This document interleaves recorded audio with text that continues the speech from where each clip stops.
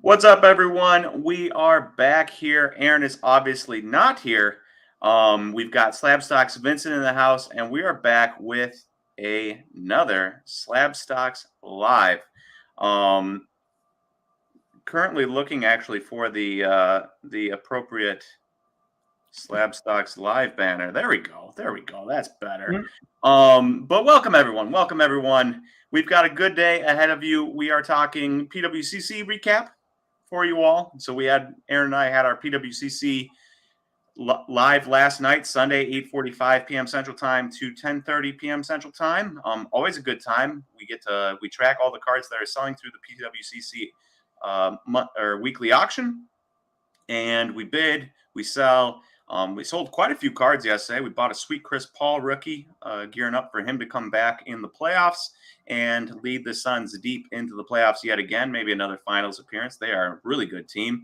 I mean, they're missing Devin Booker and Chris Paul, and they were up on the Bucks yesterday. They lost by 10, but they're up on the Bucks. They've been winning games. Their fifth best player, like Cam Johnson's their fifth best player, and he's putting up 38-point games. Absolutely insane. So we bought that, gearing up for Chris Paul coming back in the playoffs, which would be fun. And a lot of other cards being bought and sold. So cool time. We'll recap that. And then Vincent and I will have various discussions on baseball. And we'll see where the night takes us. So if you guys are into baseball, you're in luck. This is going to be a somewhat baseball-centric YouTube live, and we'll go from there. What's up, Michael Brown? What's up, Rob? Thank you guys for joining the show early today. Appreciate that, as always. Any card show you guys are going to this weekend? No, not for me. I've got some family coming into town this weekend, so nothing for me. And Vincent, you got any plans for card shows this weekend? Car shows? No, I'm on spring break right now. Just chilling. Still got 2 more months of school, so Oof. no car shows in the near future. Oof. And what's up, Magic? What's up, Nate? And other SlabStox guy. I like it. SlabStox Sam lookalike. Yeah, so I've been told. Yeah. All right. So we've got buy, sell, hold baseball, SlabStox episode 72. But first, Aaron had a couple posts up last week. Franco rivals Trout. So we've got the Bowman Chrome 2009 PSA 9 with 10 auto sold for $15K, and a clear Wander Franco sold for $15.5 thousand. Pretty ridiculous to me. Obviously, if I had a choice, I would go with the Trout because I'm risk adverse. But it's also one of those things where this Trout is probably not going to become like a $50,000 card one day, right? Vincent, I feel like maybe you'd agree. Yeah, I think no. Whereas there's definitely potential for a clear out of 10 from Topps flagship rookie of Wander Franco to become a $50,000 card, especially if it grades well. Yeah, 10. So, I get it. I get the risk. I get the reward. But for me, that's a lot of risk. That's a lot of risk. I would rather go with the Trout for sure. Next post we're talking about, and Vincent, this will be interesting to you as a Yankees guy. We had the NFT that sold, the Mickey Mantle 1/1 NFT that Topps brought out, sold for $471,000. And Aaron found a recent sale of a Mickey Mantle rookie PSA 7 that sold in January 23rd, I think. Could be wrong on that. For $336,000. Which obviously we're talking about a $140,000 difference here between a 1/1 NFT and a very solid PSA 7 of an actual tangible card. For me, give me the card. Give me the card all day.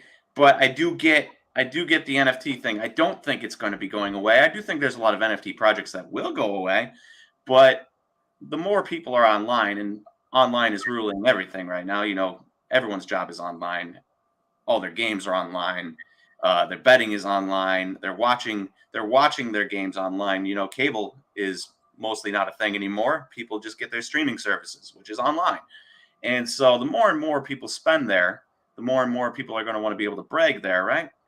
And this is just another evolution. It's not really a NFT card. It's not like the Topps packs or the or the What, Panini, Top Shot? yeah, Oh, or Panini blockchain. Yeah. Panini blockchain. I feel like this is more like an artwork that just happens to be a card, which I think makes it a little bit more interesting. Yeah. I could be wrong. But Vincent, let me know your thoughts, because for me, I get it, and this could be the type of thing that we look back in 2 years and 471,000 is a relatively small number compared to what it's selling for, or it's the type of thing that some NFTs are around, but if this NFT doesn't have any other tangible value to it, then nobody cares. Yeah. No, I probably go with you. I haven't looked too much into the sale of the NFT, but I would probably go with the card all day long too. But again, we're obviously more of the physical one in your hands guys. And I was telling Nate before the podcast or the live tonight, I was just in Boston for a sports conference, and there's a lot of NFT talk, a ton of it actually, and it's super interesting. And the biggest takeaway I had from it was utility. I don't really see the utility of this NFT. I'd have to do more research into it, but I just don't see it. And again, the other thing is too is that so it was sold by Topps and they made 471,000. What stops them from making a Series 2 1/1? Correct. And selling it for 300. Every year of Mickey Mantle. Yeah, every year of Ted Williams. Every year of Hank Aaron 1/1. Exactly. What stops I think NFTs, like you said, are here to stay. Some of them, a lot of them are going to probably crash and burn. Gary Vee says it all the time. Most of the projects probably aren't going to be anything worthwhile. In the 5 or 1% that do stay are going to be worth it. I don't know if this falls into that bucket. Again, I'm looking for the utility here, and maybe, like I said, I haven't done a lot of research into the sale. I just saw the huge number and obviously the post that we made for it, but I don't see the utility of it. I don't see the point of it. Like if it came with I don't know, some sort of incentive to buy an invite to every Topps party for the next 10 years or something. Yeah, something like that, or I don't know, you have to meet Mickey Mantle's grandkids. I don't he's obviously he's not alive, so I don't know, some sort of I don't know. I just don't see the utility of it, and that's a big thing. That's what I learned this weekend out of anything is NFTs are catching on, but it's all about utility, and that's what teams and leagues are trying to provide. And I don't see how Topps provided any utility with this NFT. I agree. I think it has to be, and you see people buying NFTs of a golf course and they become members of the golf course, right? You see with friends, you get invited to VCon. Now, if you're just invited to a conference, that's one thing. I'm sure there's going to be a lot more to VCon, which is coming up actually mid-March. I think there's probably going to be a lot more value added than just going to a conference. If it's just that, then it's not probably great value. But if you actually get something out of it, then there is value to be made. And so the golf course, there was one golf course in particular, they sold NFTs, and then they're going to take the money they sold from the NFTs, buy a golf course. Everyone that owns the NFT is a member of said golf course. I think that's a genius idea. Yeah, it's just another way to raise money. Curry got into it too, right? I know it didn't pop off when Steph announced that he was part of it. It's Link's DAO, right? I do not remember it. I just read a newspaper article about it. But it was one of those things where it's interesting because basically, instead of going a traditional route of raising money to start something, they went with the NFT route. I feel like you can probably get to a lot more eyes rather quickly going that route, and I think there is value there. But value in a one-of-one like this, I don't know. But we should move on because this is a lot of NFT talk, and neither of us are NFT guys. So we move on to the PWCC recap here, and Aaron put up a series of posts, a couple interesting sales here. So on the left, you'll see the Kobe Bryant and Kevin Durant dual auto. So Kobe is on the front, auto on card. Kevin Durant on the back of the card, on card auto. SGC 9.5 with 10 autos. It doesn't actually. It'd be funny if they gave an auto on the backside, auto grade on the backside too for the Kevin Durant auto. But it clearly doesn't because it shows you the back there. But that's 6.9K for one of the more unique cards I think I've ever seen in my entire life. And then you have 6.9K for the Fernando Tatis refractor auto.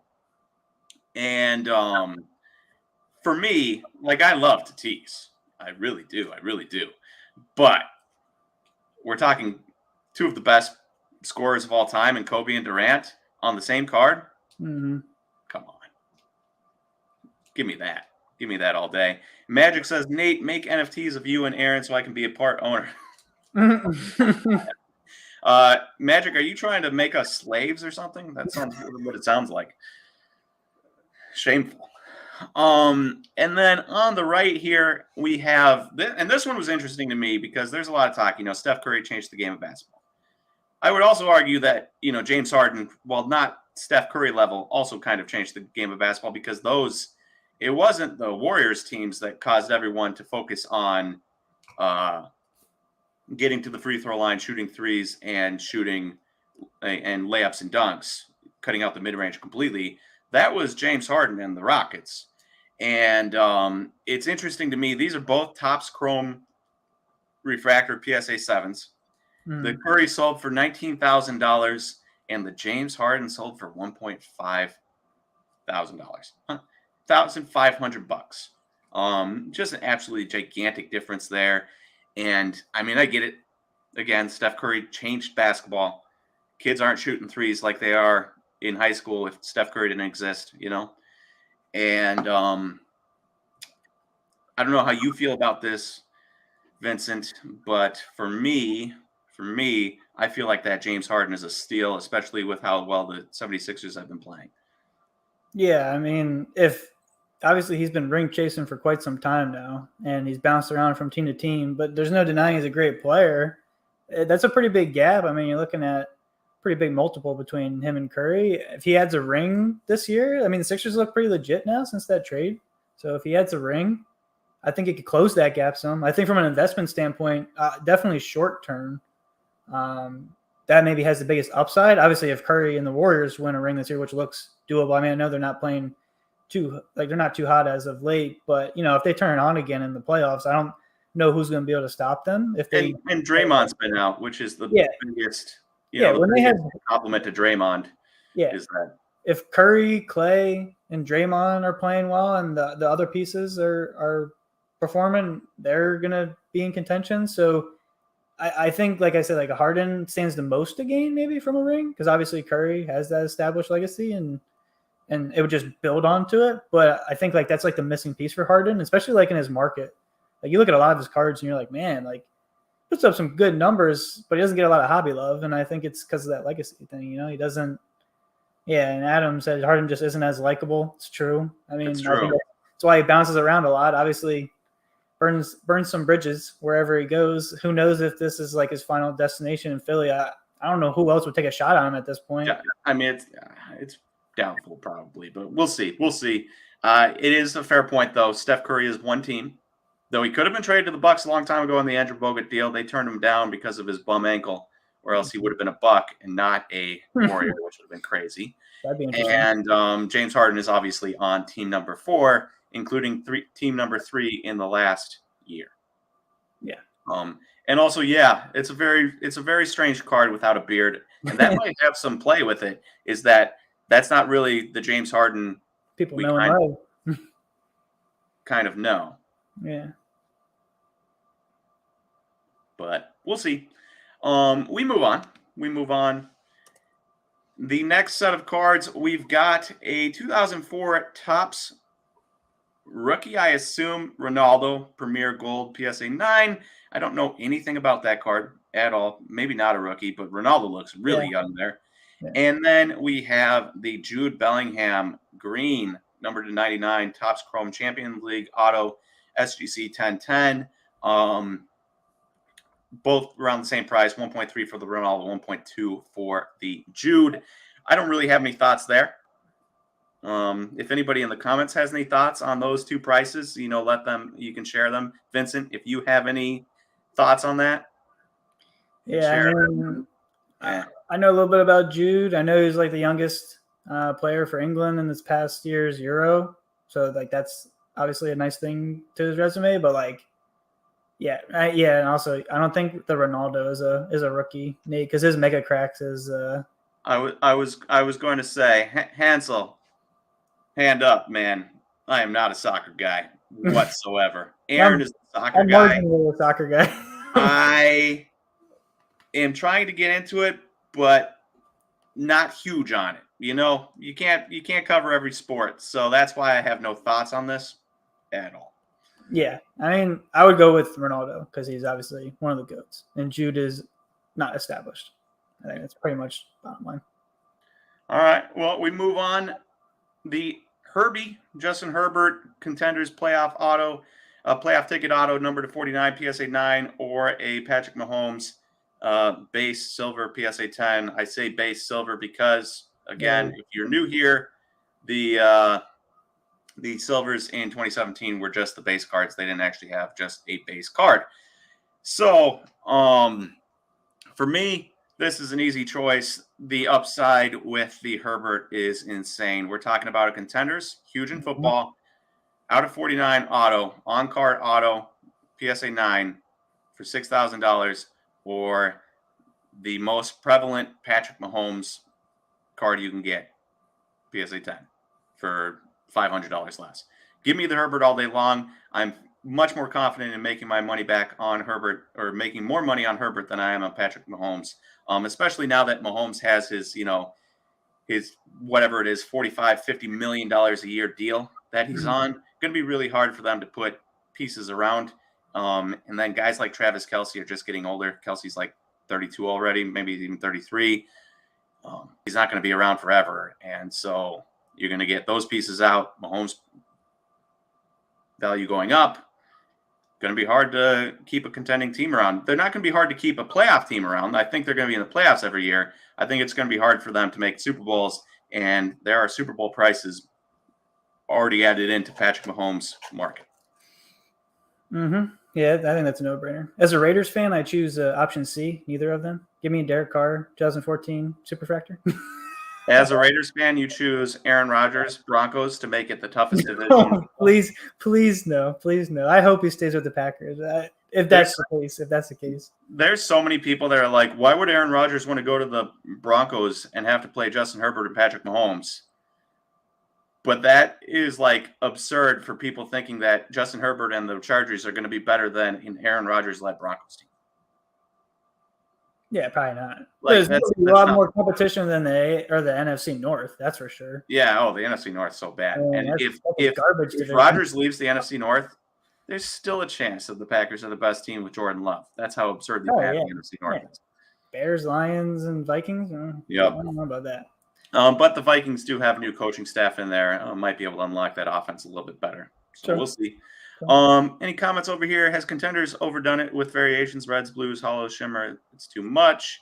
Herbert has more room to grow and only out of 49 plus an auto. Fireworks. As a Packer fan, Rodgers for either retire or stay with the Packers. I mean, I could agree with that. As a Packers fan, obviously, Brett Favre didn't finish out his career as a Packer. Kind of stinks, right? But I would love to watch Rodgers finish out his career as a Packer and be a one-team guy. That being said, if some team is going to offer me multiple firsts, maybe a second and a third or something, and a young player for Rodgers that we can use to rebuild, might be kind of nice. And check it out. If Jordan Love is good, all right, we've got a quarterback of the future. If Jordan Love is bad, we're going to be a bad team. Even though all the players are good, you're still only as good as your quarterback is. So if he just really is really, really bad, we'll still have talented players all over the roster, but we won't be a good team. And then you can use those picks to either trade for another quarterback that is disgruntled, or use it to draft a high quarterback or trade up for the first or second pick. Or you could pay for Trubisky.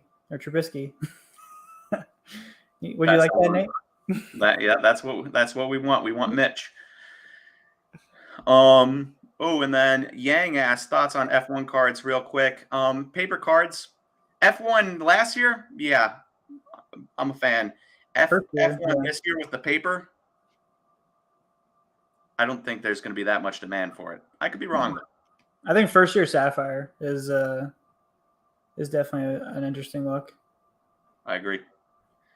All right, and then I think this is the last one. Lastly, we have a LeBron James, LBJ. Even though the patches here are just LJ, which is just kind of weird to me. I know B is not his middle name. It's Bro. but it's still like wildly disconcerting. And then we have the 2018 Prism Silver PSA 10. Now the thing about this 28, they're similar prices: $13,000 for the LeBron, $12,000 for the 2018 Prism Silver PSA 10. That being said, a couple things about this. Obviously, one, it'd be really hard to pass up a LeBron James dual patch, nice patches, on-card auto, BGS 8.5, right? That's a nice card. The Tom Brady, on the other hand, I get it. 2018, it was one silver per box, supposedly. One silver per box. So super rare card. Pop 15 on this Tom Brady PSA 10. And it is a Super Bowl jersey. He's wearing his jersey from the Super Bowl. That being said, and I get that it's a Pop 15. I get that people do the all silver of Tom Brady every year of Prism. All gold of Tom Brady every year of Prism. All golds from the same year. All silvers from the same year. I get that people do that. But this card has been dropping like a rock. It sold like $25,000 a couple months ago. Now it's down to $12,000. And I imagine it's just going to keep dropping because I think it was artificial demand. It's just why, even if it's a Pop 15, who really cares? Who really cares? It's an 18th year card. I don't get it. Makes no sense to me. We've had this discussion in the past. It makes no sense to me. It's not even his last year in a Patriots uniform. Like, it's like some people like last year, then like first year and like the Bucks and stuff. Yeah. It's not, 2020 was first year Bucks. Yeah, like it makes no sense. Give me LeBron for an extra $1,000. Yeah. If I had and it. we got a little blue and white on the one and a little red and white on the other. Yeah, it's a nice patch. It's a cool looking patch. Yeah. Yeah, very cool. But we move on to MLB lockout time, and I grabbed a little screenshot of a post from Tim Stebbins, March 6, 2022 at 3:30 p.m. Just to inform everyone that MLB lockout timeline union makes first proposal since cancellations. And I just appreciated that this guy's hat said hat, period. So, it happened. A new Players Association new proposal, and here was Glenn Kaplan, MLB spokesperson, on the new proposal. We were hoping to see movement in our direction to give us additional flexibility and get a deal done quickly. The Players Association chose to come back to us with a proposal that was worse than Monday night and was not designed to move the process forward. On some issues, they even went backwards. Simply put, we are deadlocked. We will try to figure out how to respond, but nothing in this proposal makes it easy. So obviously, a couple things to talk about here. One, we're not getting baseball anytime soon. Two, neither side really wants to give anything up. We could talk about this a lot, but there's too much research that would need to be going into it. A couple of things. There's a ton of big numbers, player bonus pools, collective bargaining tax, this and that they're trying to figure out a number on each, and the two sides are just wildly different. Or a collective bargaining threshold and stuff. So there's a lot of big numbers, lots of millions of dollars that the owners are trying to keep it low. The players are trying to get it high. If you're asking me, I'm on the players' side.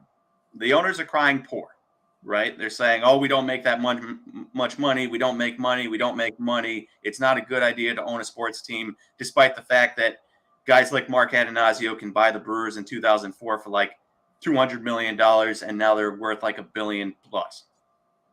So yeah, maybe you're not making money year over year owning a sports franchise, but when you go to sell, you will make a lot of money. And number two, you got teams like the Cubs. I just saw this yesterday. The Cubs, they get rid of Chris Bryant, they get rid of Javi Baez, they get rid of Anthony Rizzo, and they say they can't afford to pay them. They can't afford them. We got to get rid of them. And now, of course, they signed Marcus Stroman. We don't know the deal. It got announced, but then it got locked out. So we don't know the deal, what he signed. But they signed Marcus Stroman, so that's a little bit of money, but they're still crying poor.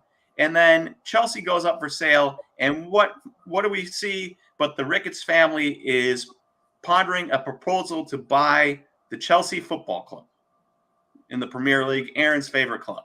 So this team that is too poor to afford fan favorites like Anthony Rizzo and Chris Bryant, but they're not too poor to buy an entire stinking football club in London. Yeah, for $5 billion. It's insane. And even if they're part owners, Still, yeah, it's still a ton of money. Mm.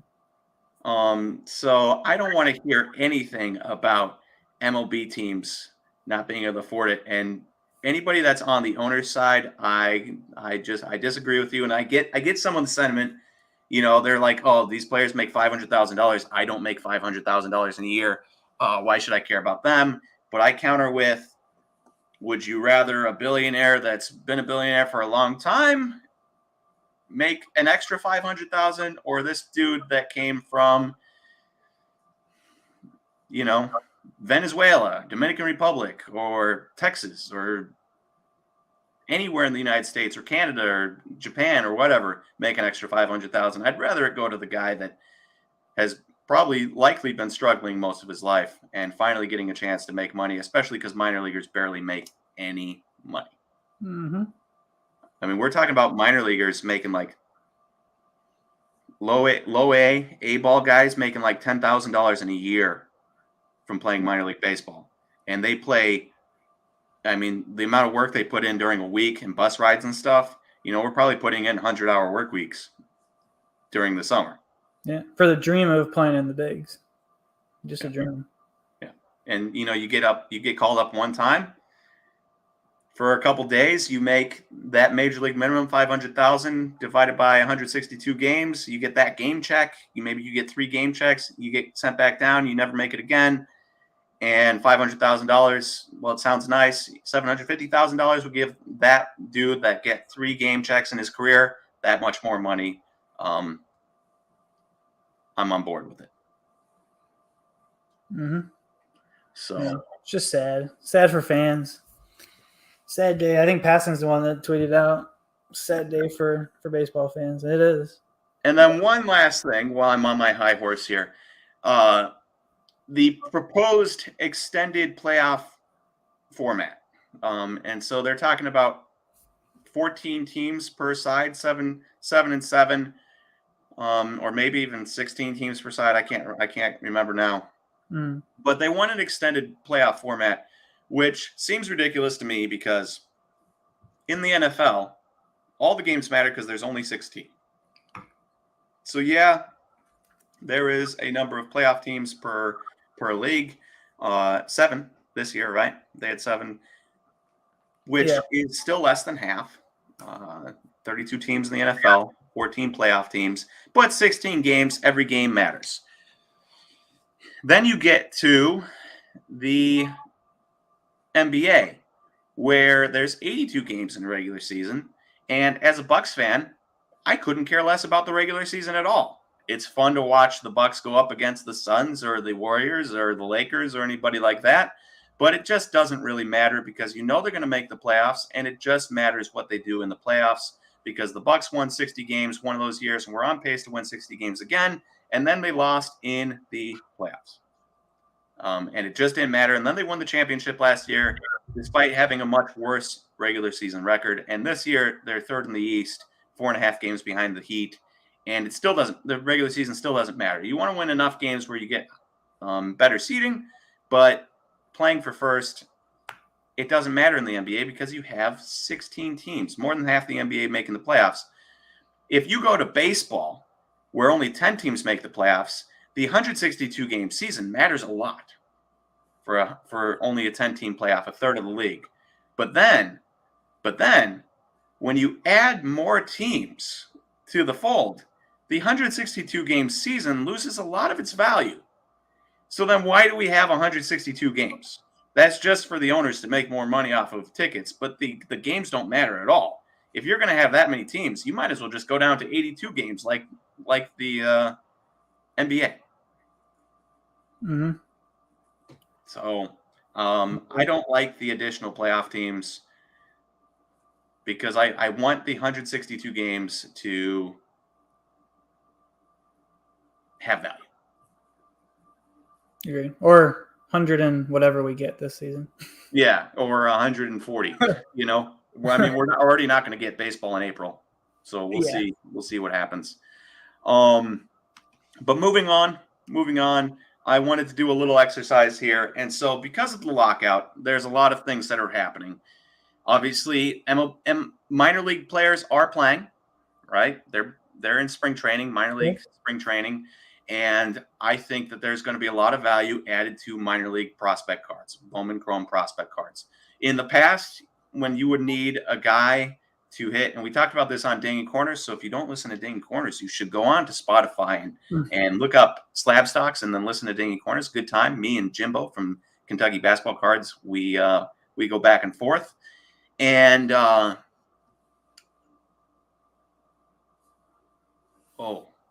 lost my train of thought. Talking about minor league prospects? Minor league prospects, yes. So in the past, you get a guy and he'd have a good game and it wouldn't really matter, right? Your minor league Bowman Chrome card is not moving off of one good game from a minor leaguer. 3 hits out of 5 at-bats in a game with a double, 2 singles, a run, and an RBI, right? It's just not going to move.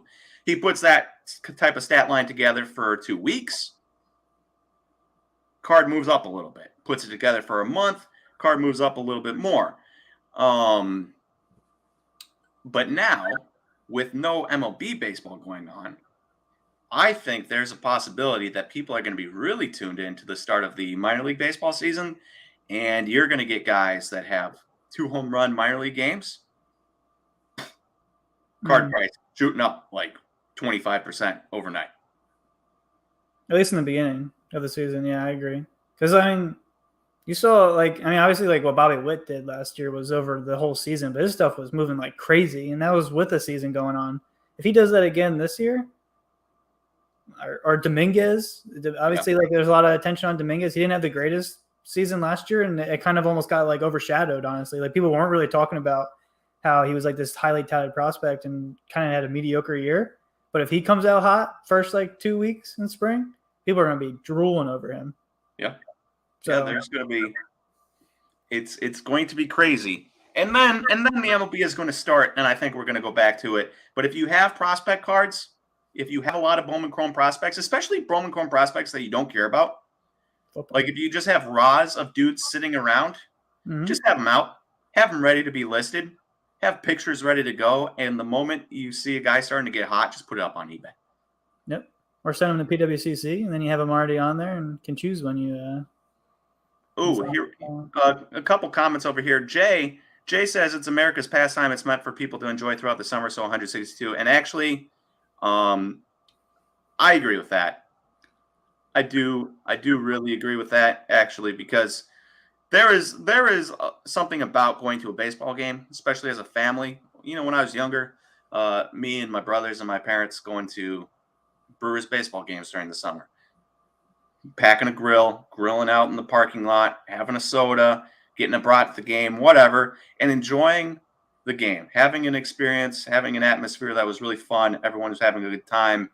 And if you drop down 162 games, if you go down to, say, 130 and you take another extra 30 days off during the summer, or you drop off another month, I can see where that would be disappointing. That being said, April games routinely do not sell very well because kids are in school. And I do think if you were going to drop the amount of games, you could just start spring training in mid-March for pitchers and catchers, and then have spring training go through April, and then start the season in May.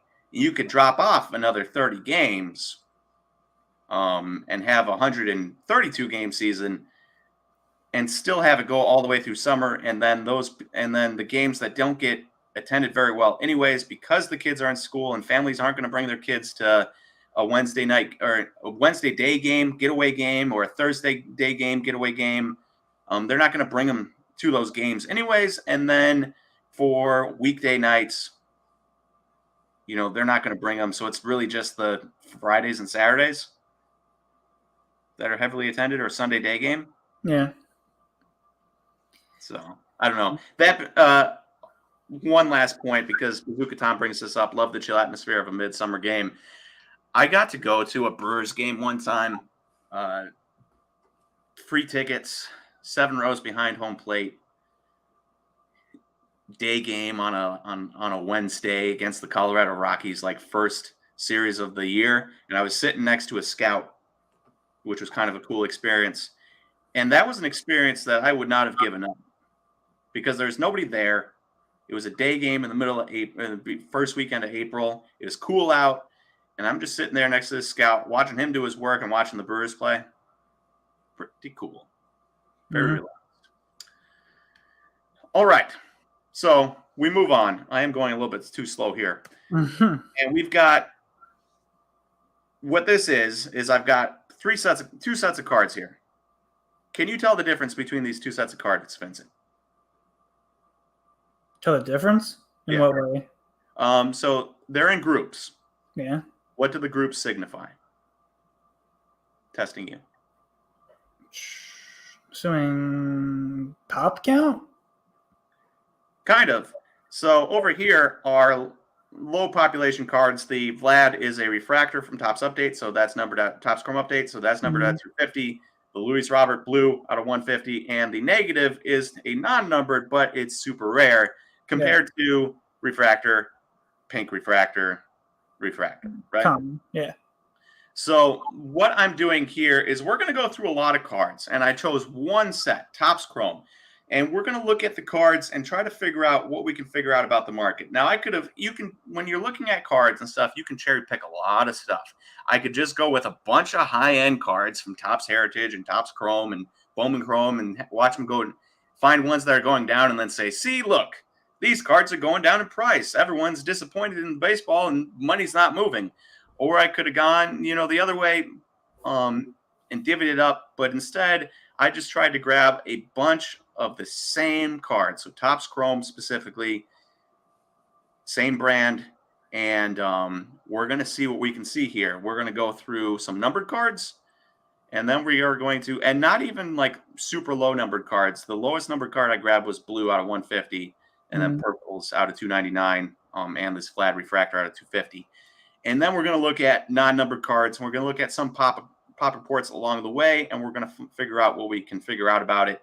And if there's any comments you want to bring up, Vincent, on the side, please do butt in, ask anybody's questions while we're going. And I got a quick one right before we get into it. Magic Aloha says, is J-Rod or Luciano moving up this year? What are your thoughts on that? I have an opinion on that. What are your thoughts? J-Rod is definitely going to play in the majors this year. Luciano, I highly doubt it. Check out what I got next to me. Can you see that? Is that your Bowman's Best, J-Rod? Yeah, the BGS 1010. That's funny. I had it sitting right next to me.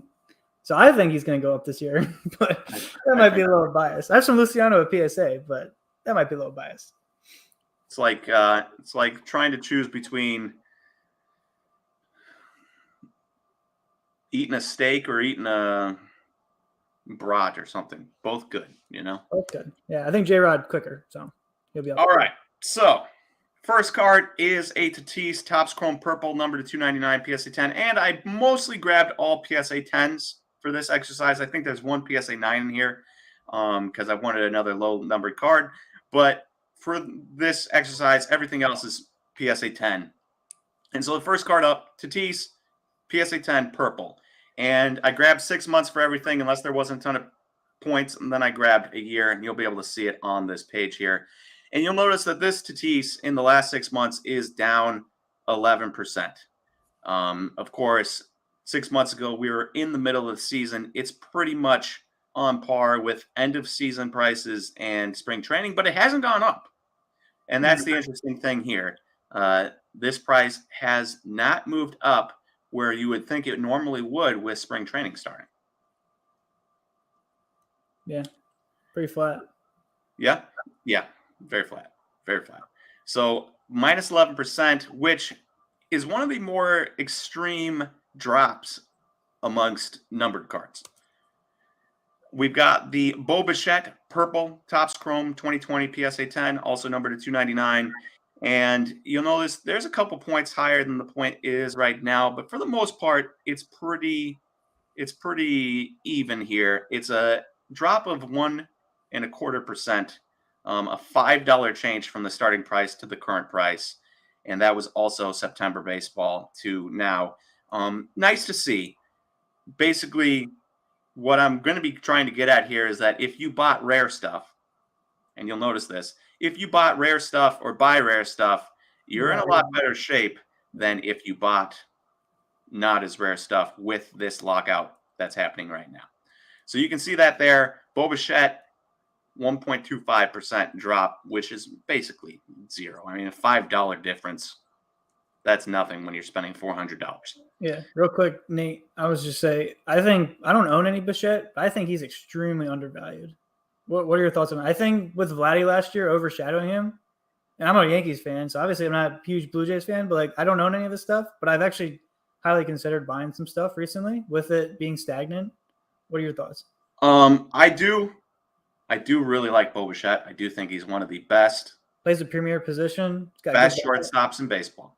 Yeah. But his stats have trended backwards 2 straight years. His best stats were his rookie year. His second best stats were 2 years ago. His worst stats were last year. Were they still really good stats? Yes. Yes, they were.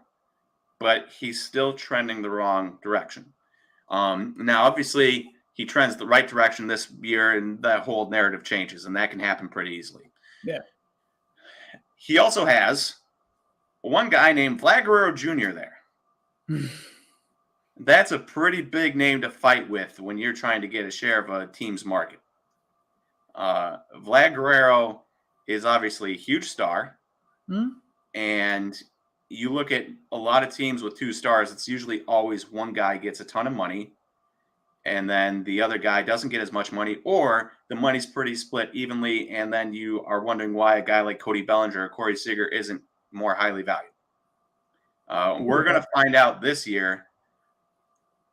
We're going to find out this year what happens when you have Mike Trout and Shohei Ohtani on the same team performing well at the same time, because that is where this entire theory of mine, where you can't have 2 good teammates on the same time and have them both be extremely high priced.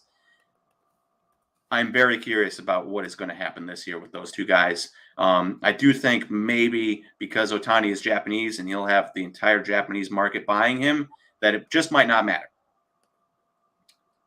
But we'll see. We'll see. As for Bo Bichette, he's got Vlad. And not only does he have Vlad, but he has other like good players on the team.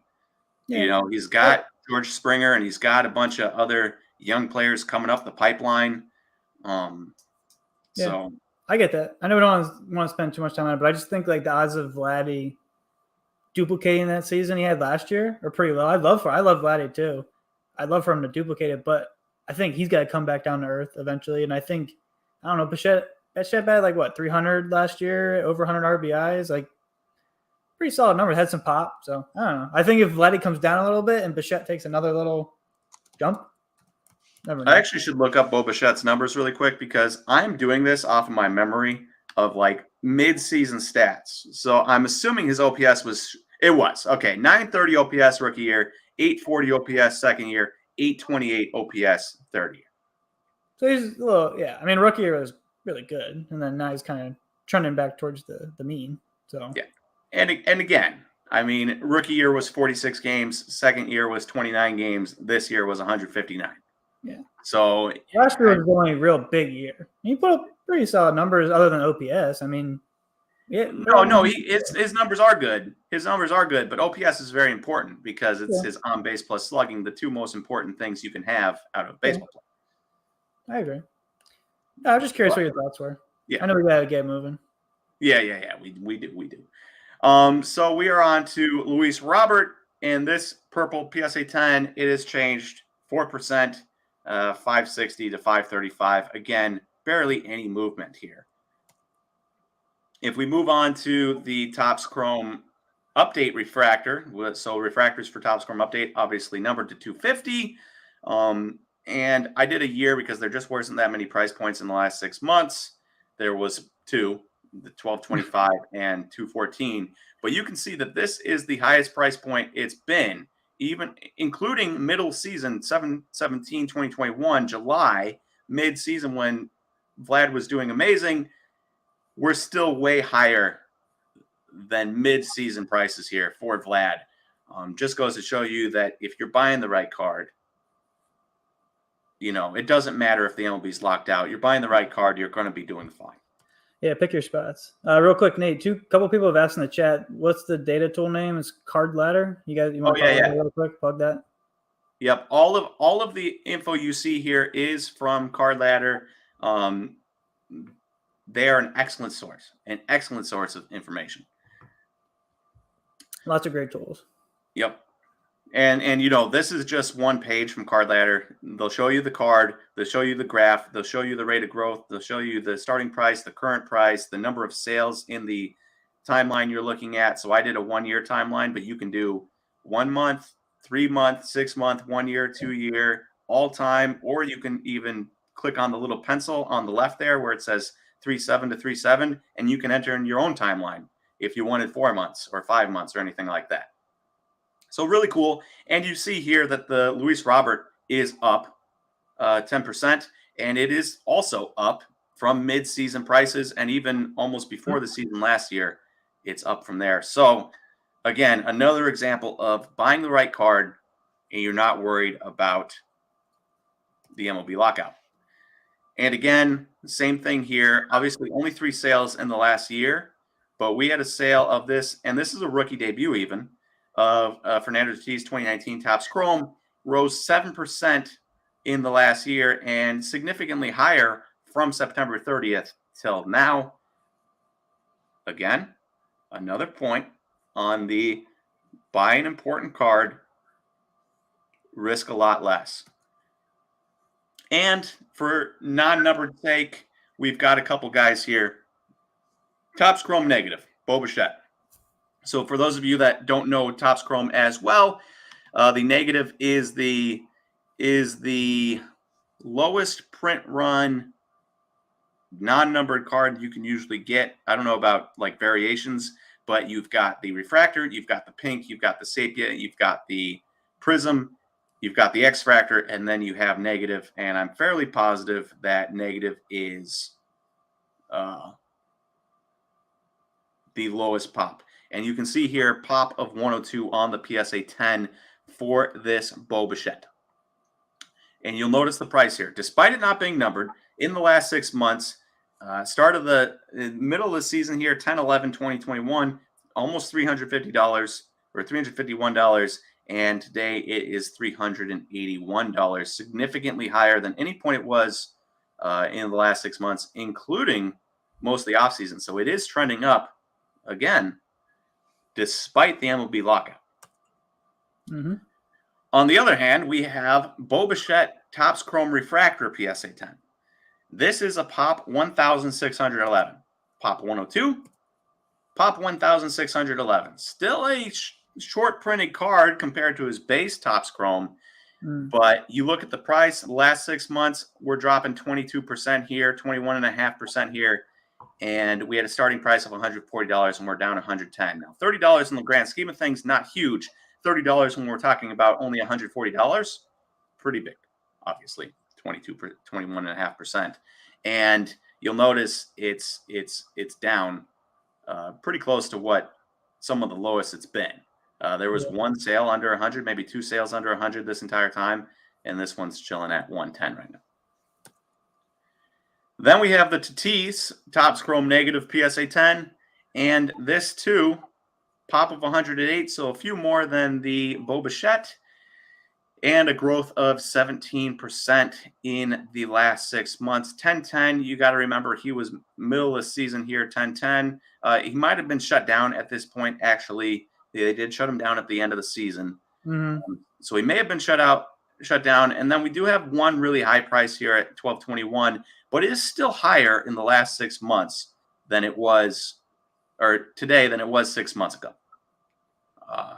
I think that's an important distinction. Even if you would have bought it on $12.21, you would have been losing money. Low pop again, important.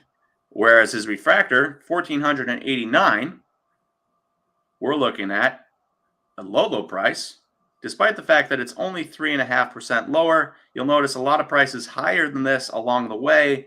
And then this one sitting at $457 when the starting price was $473, but there was a significant amount of price points in there that were higher.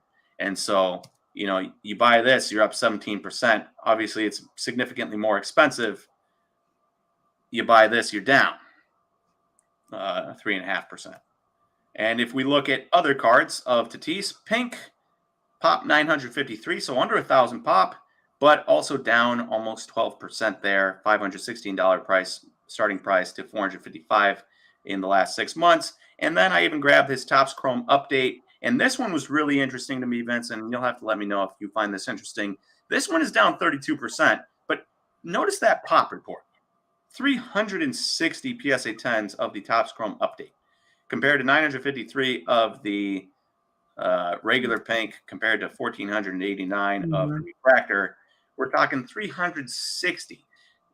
And this is just to point out that not only is this is rarer than the rest, but what you're buying still matters. And people just don't care about rookie debuts as much. Yeah. And so even if you're looking at this and you're saying, ooh, rare pop, I should buy this because it's a third of the other pink, 953 to 360, and not quite a third, but you get my point. Still a rookie debut, and just because it's low pop doesn't necessarily mean it will be valuable. So some of these low pops you can be pretty confident in. Not a rookie debut, low pop, right? Yeah. Rookie debut, but out of 150, definitely going to be a low pop. 150, 250, 299, you get the point. You go over to this, low pop, still 360, but rookie debut. And so why I bring that up is because there's an exception to every rule, And so you say to yourself, okay, Nathan's definitely trying to point out that we should be buying low pop cards if we're worried about this lockout. 299s barely moved. 250 moved up. 150s moved up. Negatives moved up. Pinks, refractors moving down. And yet you see something like this it's a pink, yes. It's not numbered, yes, but it is low pop. It is only 360. And so if you went away from here saying, I need low pop cards, you go look up other cards and you say, wow, that's a low pop card, I have to have it. You could get burned if you buy the wrong thing. 100%. Yeah. So, and DW3 Ball says, always true rookie top set card over rookie debuts, unless rookie debut much lower numbered. And yeah, I would agree. Yeah.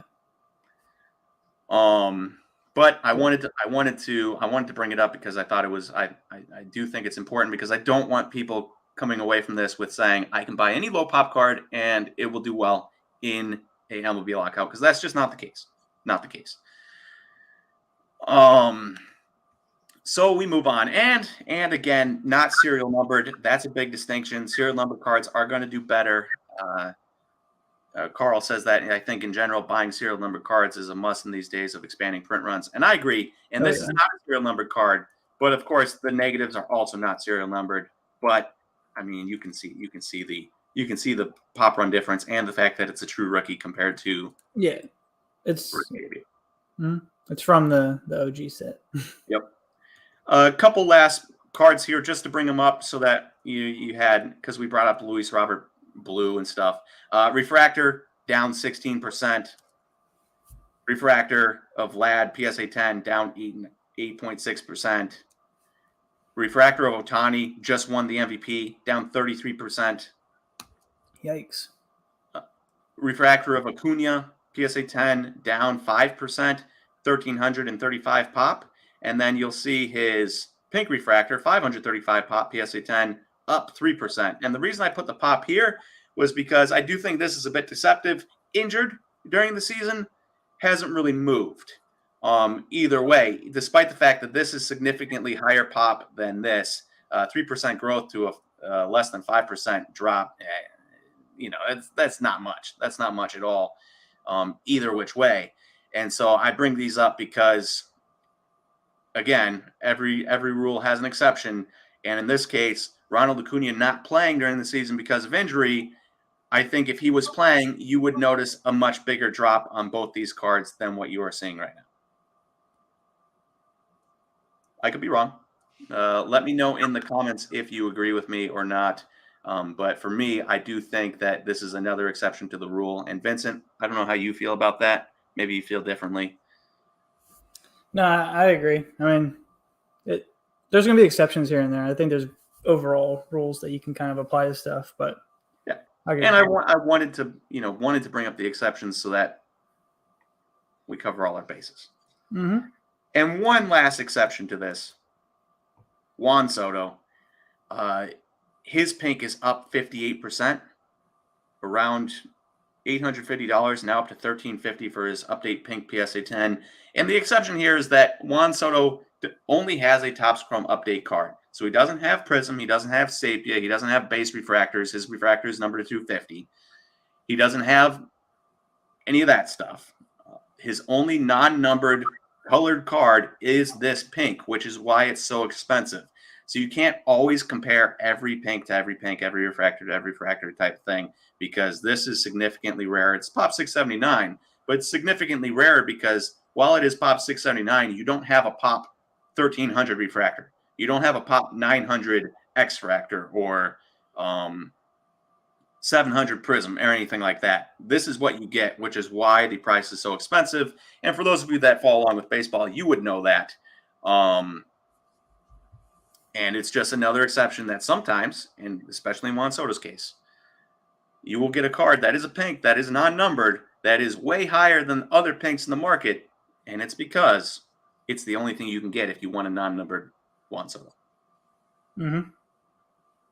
So, and as for Matthew saying I'd go for a rainbow foil personally, that's fair. It's just this, we're specifically talking about Topps Chrome as opposed to Topps Flagship and Topps Chrome.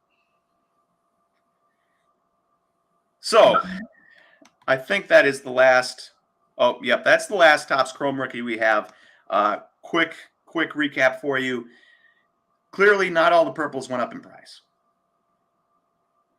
but it is a much safer buy buying purples number to 299, blues, all that stuff if you have the money, than it was to buy pinks, refractors, stuff like that, except for this Juan Soto pink.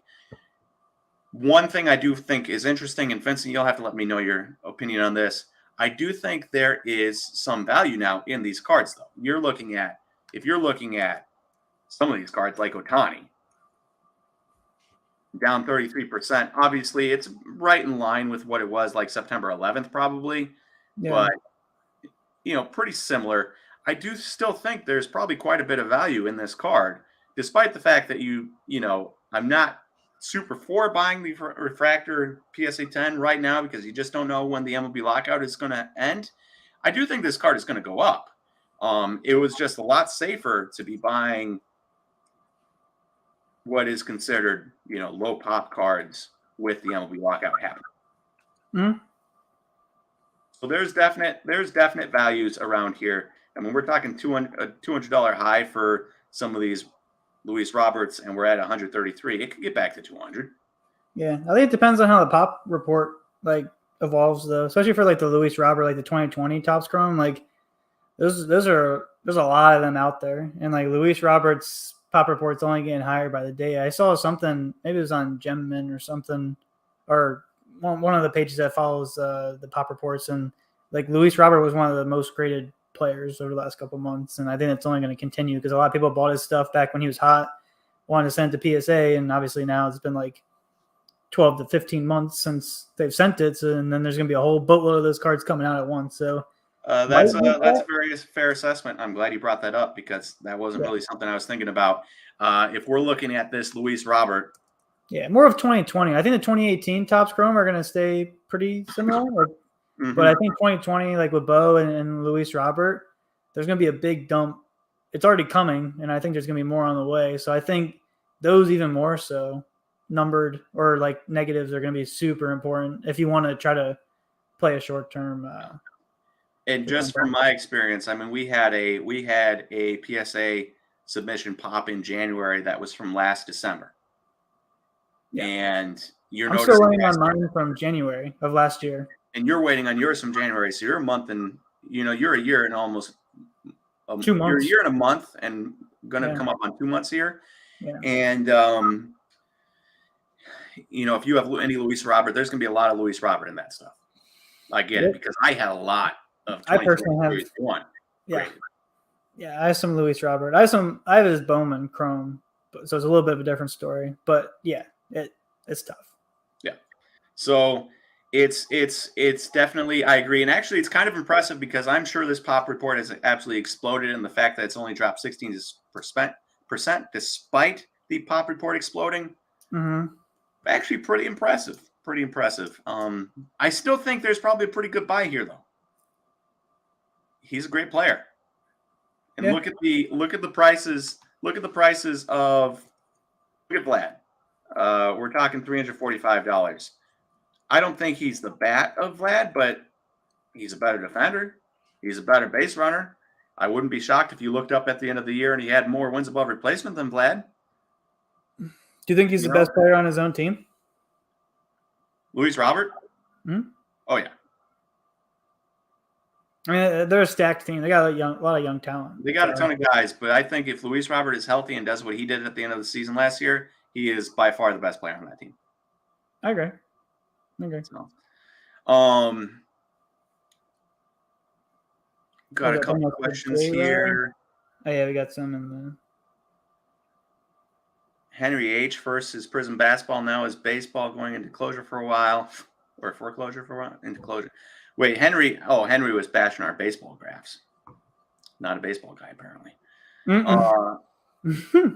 Carl, I got that Otani SGC for 10 for 130. I love Eloy. He's a blast to watch. I love Eloy too, don't get me wrong, but Eloy is a bad only guy that doesn't take a ton of walks. Yeah, there's no defense. As much as I love him, and as much as I think he's gonna, we're gonna look up one of these years and he's gonna be leading the AL in home runs. He's just not Luis Robert talent. Agreed. Yeah. And then lastly, we're a couple minutes past here of our hour, so lastly, we're gonna finish off with this post from Aaron today. Bowman Chrome Speckle auto of Julio Rodriguez, Vincent's guy, and this is up 260% in the last 2 years. Started at around $500 card. Now it's up to $1,300 card in 2 years. And I just wanted to bring it up to point out again, Bowman Chrome prospects. If you're not wanting to buy top rookies right now, just look at Bowman Chrome prospects. Mm-hmm. Great market. Great market. Yeah, there's a lot more to understand in the minor leagues. There's a lot of teams. There's a lot of players. One of those things where if you don't know it, it's going to take a lot of work. But if you like baseball and you haven't been into minor leagues before, or if you like cards and you haven't been in the minor leagues, start reading up, start following top 100 lists, start following team Twitter accounts and any other Twitter account that follows minor league baseball. You'll learn a lot rather quickly, and there is going to be a boom if there is no Major League Baseball playing. Well, MILB baseball is playing. There's going to be an absolute boom in Bowman Chrome prospects, and a $1,300 card like this. We're going, okay. 1,800. Not like this because Julio Rodriguez is on the 40-man roster, so he will not be playing in the minor leagues. He will not be playing minor league baseball. Anybody that is on a 40-man roster is locked out, but other guys will be moving up, just not J-Rod. Yeah, J-Rod's on the 40. Then this was one of our trenders in the Daily Slab not too long ago, so it's definitely on the move. I think it's gonna be exciting to see him this year. But yeah, the next J-Rod, and if you're looking for the next J-Rod, that's probably where you're gonna make the most money early on in the season. Yeah, so you gotta pick your spots. Truly, I do think that you are going to see guys that are super cheap, $10 autos, type of guys that they'll come out and people will be paying closer attention, and the dude hits 2 home runs in a game or hits home runs in back-to-back games, and you're going to see $10 autos going up to $30 that you would not have seen before. Mm-hmm. So have your Bowman Chrome cards ready and get them ready to sell specifically. Yep. All right, Vincent, any last words? Well, I just saw a comment come in here about Jose Abreu. You want to address that? Because that's who I was thinking of when I asked you if you thought Luis Robert was the best on his own team. Because that, all right, that's fair. Jose Abreu is good. Yeah. 2020 though, 2020, proclaiming somebody MVP for 2020 for 60 games. I've seen a lot of guys have very hot stretches for small periods of time. Taylor Youngman, if 60-game season in 2014, 2015, Taylor Youngman, if we just stopped at 60 games, would have been like NL Cy Young. 2 years later, he was pitching in Japan. Taylor Youngman is Brewers pitching prospect. We drafted him 11th instead of drafting Sonny Gray. Sonny Gray got drafted 13th, I believe. And then we drafted Jed Bradley 15th. Jose Fernandez went 17th. Oof. So tough scene there. But one of those things where Jose Abreu is a really good player, and I don't want to downplay his 2020 MVP, but it is one of those things where it's just the MVP in 2020 just doesn't mean that much because guys have hot streaks all the time. It was just whoever had the hottest hot streak, that's who was winning it. Whereas if you have a 162-game season, and the other thing is Jose Abreu is good, but again, Luis Roberts' upside is insane. If he does what he did in the last month, we are talking about one of the top 7 players in baseball. We are not talking about Jose Abreu as a top 7 player in baseball. Now, again, that is the exact same argument I just used against Jose Abreu because guys have hot stretches, and he had a hot stretch. But I'm willing to bet on a young dude that had a hot stretch figuring it out, coming off injury, figuring it out, more so than I would be with all the athletic ability that he has than somebody like Jose Abreu. Yeah, that's a good, valid point. Someone here said, hey, how do you recommend a card to get highlighted in your daily SlabStox newsletter? If you're talking about trenders, you can DM me on Instagram and I can take a look at it. If you're talking about regular cards, then like auctions, that'd be a different story. But I just saw that real quick. Trenders is DM Vincent. But if you want like one of your cards put in the email newsletter, we do not do that. We don't do that. Yeah. But if you want like a card like on card ladder, like a card ladder graph, hit me up.